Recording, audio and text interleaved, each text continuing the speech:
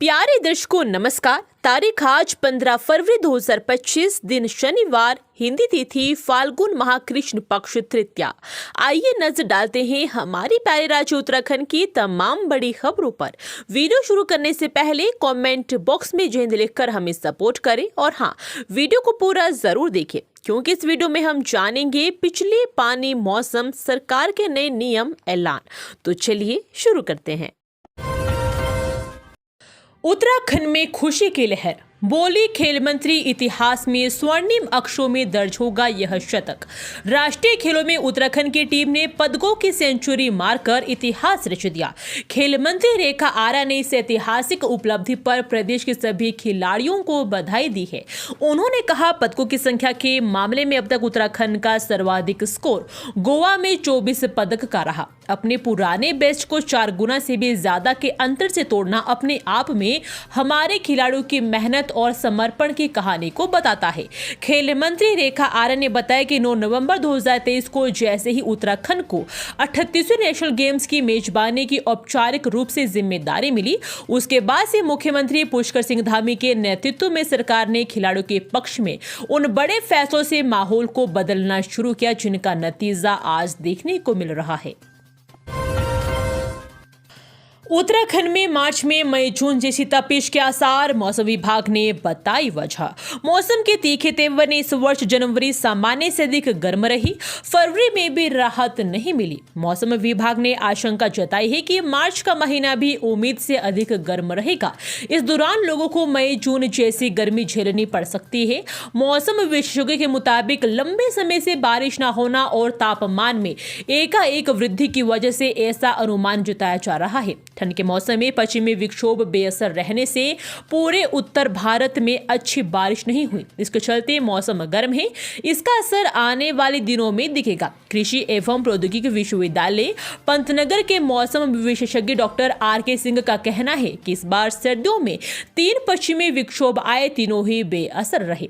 आखिरी पश्चिम विक्षोभ का असर भी 1-2 दिन में समाप्त हो जाएगा। फरवरी अंत में 28 डिग्री तक पहुंचेगा पारा और 20 फरवरी के बाद तापमान में तेजी से बढ़ोतरी होने का पूर्वानुमान है। इस दौरान बारिश होने की कोई संभावना नहीं है। ऐसे में मौसम शुष्क संकेत दे रहा है कि मार्च महीने में गर्मी कई रिकॉर्ड तोड़ सकती है। मौसम विशेषज्ञों के मुताबिक फरवरी में 27.28 डिग्री तक चल रहा पारा और मार्च महीने में 38.40 डिग्री तक पहुंच सकता है। यूसीसी के खिलाफ झूठी शिकायत करने वाले सावधान, जुर्माने को रहे तैयार, धामी सरकार का फैसला। उत्तराखंड सरकार ने कहा कि यूसीसी के तहत होने वाले आवेदनों के खिलाफ फर्जी शिकायत करने वालों पर जुर्माना लगाया जा सकता है और इसकी वसूली भू राजस्व की तर्ज पर की जाएगी। प्रदेश के अपर सचिव निवेदिता कुकरेती ने बताया कि यूसीसी के तहत होने वाले आवेदनों और पंजीकरणों को हर तरह से विवाद रहित बनाने का प्रयास किया गया है। उन्होंने बताया कि यूसीसी की नियमावली के अध्याय 6 के नियम 20 में स्पष्ट किया गया है कि अगर कोई व्यक्ति किसी अन्य व्यक्ति के खिलाफ फर्जी शिकायत दर्ज कराता है तो उसे पहली बार भविष्य के लिए सचेत किया जाएगा। कुकरेती ने बताया कि ऐसा व्यक्ति अगर फिर भी आवेदन या पंजीकरण से जुड़े किसी भी अन्य मामले में फर्जी शिकायत दर्ज कराता है तो उस पर दूसरी बार झूठी शिकायत करने के लिए 5,000 और तीसरी बार झूठी शिकायत करने के लिए 10,000 रुपए का जुर्माना लगाया जाएगा। कांवड़ यात्रा और महाशिवरात्रि को लेकर ट्रैफिक प्लान तैयार। 15 से 26 फरवरी तक हरिद्वार आने वाले जरूर पढ़े एडवाइजरी। हरिद्वार में शारदीय कांवड़ यात्रा और महाशिवरात्रि को लेकर यातायात व्यवस्था सुचारू रखने के लिए पुलिस ने ट्रैफिक प्लान तैयार कर लागू कर दिया है। कांवड़ यात्रा 15 से 26 फरवरी तक चलेगी। एसएसपी प्रमेंद्र डोभाल ने ट्रैफिक और पार्किंग प्लान का 100% पालन करने के निर्देश दिए हैं। एसपी सिटी पंकज गेरोला ने बताया कि दिल्ली, मेरठ, मुजफ्फरनगर से स्नान के लिए हरिद्वार आने वाले वाहन दिल्ली, मेरठ, मुजफ्फरनगर, नारसन, मंगलोर, कोर कॉलेज, खाक्यात ढाबा से होकर शंकराचार्य चौक पहुंचेंगे और अलकनंदा, दीनदयाल, पंतद्वीप, चमगादड़ टापू में पार्क करेंगे। ज्यादा सीसी की गाड़ियां चलाने के लिए 25 साल की उम्र होते हाई कोर्ट। 1000 से 2000 सीसी के वाहन चलाने के लिए राज्य सरकार 25 साल की उम्र निर्धारित करे। यह टिप्पणी मुख्य न्यायाधीश जीरेंद्र नरेंद्र और न्यायमूर्ति आशीष नेथानी की खंडपीठ ने ओवर स्पीड से हो रही दुर्घटनाओं को लेकर दायर जनहित याचिका पर सुनवाई में कही। हाई कोर्ट ने तर्क दिया कि जिस तरह 16 से 18 वर्ष के युवकों के लिए 50 सीसी तहत के वाहन चलाने का प्रावधान है, उसी तरह यह प्रावधान हो। साथ ही कोर्ट ने 20 को आईजी ट्रैफिक गढ़वाल को कोर्ट में तलब किया है। पूछा है कि ओवर स्पीड के लिए क्या ऐसे सेंसर लगाए जा सकते हैं जिसकी सूचना वाहन चालक के परिजनों व संबंधित थाने को मिल सके, साथ ही थाना उसका चालान भी कर सके। स्वास्थ्य विभाग में 26 चिकित्सा अधिकारियों का तबादला। डॉक्टर मनोज कुमार शर्मा बने देहरादून के सीएमओ। स्वास्थ्य विभाग ने 26 चिकित्सा अधिकारियों का तबादला किया है। देहरादून, पौड़ी, बागेश्वर, उधम सिंह नगर जिले के सीएमओ बदले गए। सचिव स्वास्थ्य डॉक्टर आर राजेश कुमार ने इस संबंध में आदेश भी जारी किए। प्रभारी सीएमओ उधम सिंह नगर डॉक्टर मनोज कुमार शर्मा को सीएमओ देहरादून तैनात किया गया। इसके अलावा प्रभारी सीएमओ बागेश्वर डॉक्टर कुमार आदित्य को बागेश्वर में नियमित सीएमओ की जिम्मेदारी दी गई। संयुक्त निदेशक डॉक्टर पारुल को पौड़ी, डॉक्टर के अग्रवाल को उधम सिंह नगर को सीएमओ बनाया गया। उप जिला चिकित्सालय प्रेमनगर में तैनात डॉक्टर विनय कुमार त्यागी को अपर मुख्य चिकित्सा अधिकारी पौड़ी, वरिष्ठ चिकित्सा अधिकारी डॉक्टर बलवीर सिंह को एसीएमओ चंपावत बनाया गया। वनकर्मियों की विशेष परिस्थितियों में ही मिलेगा अवकाश, वन मुख्यालय ने किया आदेश जारी। जंगल के आग की दृष्टि से 15 फरवरी से फायर सीजन शुरू हो रहा है। इसको लेकर वन मुख्यालय ने आदेश भी जारी किया है। इसमें कहा गया है कि विशेष परिस्थितियों में ही वनकर्मियों को अवकाश मिलेगा। वनकर्मियों को कार्य क्षेत्र में रहने को कहा गया है। प्रमुख वन संरक्षक धनंजय मोहन का कहना है कि इस बार जंगल की आग के नियंत्रण को लेकर कई कदम उठाने से लेकर प्रयास किए गए हैं। कर्मियों के अवकाश को लेकर भी निर्देश जारी किए गए हैं। शहरों के लिए इस बार बजट में बढ़ोतरी की आस। पीएम आवास योजना 2.0 पर होना है काम। प्रदेश के नगर निकायों, शहरी क्षेत्रों, नए शहरों की बसावट से लेकर अवस्थापना संबंधी कार्यों के लिए इस बार शहरी विकास और आवास विभाग को बजट बढ़ने की उम्मीद है। दोनों विभागों को पीएम आवास योजना 2.0 पर तो काम करना ही है, शहरी निकायों में सुख सुविधाएं बढ़ाने के लिए भी काम करना है। पिछले बजट पर नजर डालें तो शहरी विकास विभाग को 2565 करोड़ मिले थे।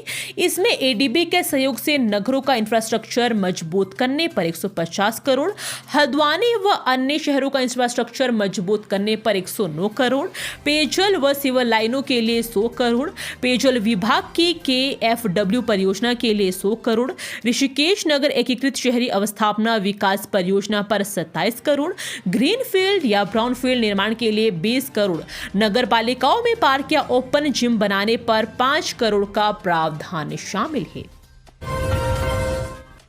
पीएम मोदी का उत्तराखंड दौरा बेहद खास। एक रंग में रंगी जा रही मां गंगा के गांव के घरों की छतें। प्रधानमंत्री नरेंद्र मोदी के आगामी 27 फरवरी को शीतकालीन यात्रा कार्यक्रम को लेकर हर्षिल और मुखबा क्षेत्र में तैयारियां जोरों पर है। प्रधानमंत्री के स्वागत के लिए मुखबा गांव का कायाकल्प किया जा रहा है। यहां सभी घरों के छतों को लाल रंग में रंगा जा रहा है। साथ ही सड़कों, पैदल रास्तों को दुरुस्त करने और पार्किंग निर्माण का काम भी युद्ध स्तर पर चल रहा है। मुख्यमंत्री धामी ने बीते जनवरी में दिल्ली दौरे के दौरान प्रधानमंत्री को शीतकालीन यात्रा पर आने का निमंत्रण दिया था। इसके बाद जब प्रधानमंत्री 28 जनवरी को 38वें राष्ट्रीय खेलों के उद्घाटन के लिए उत्तराखंड आए तो जल्द ही शीतकालीन यात्रा पर आने का भी वादा किया।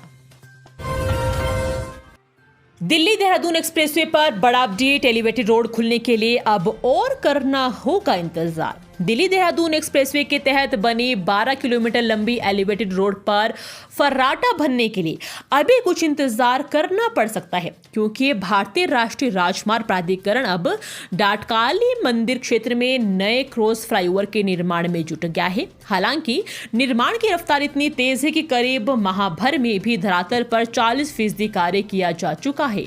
फ्लाईओवर की लंबाई करीब 70 मीटर है। इस पर 34 करोड़ रुपए भी खर्च होंगे। खबरदार, भू कानून का उल्लंघन करने वालों पर कसेगा शिकंजा। विधेयक पर इस दिन लगेगी कैबिनेट की मुहर।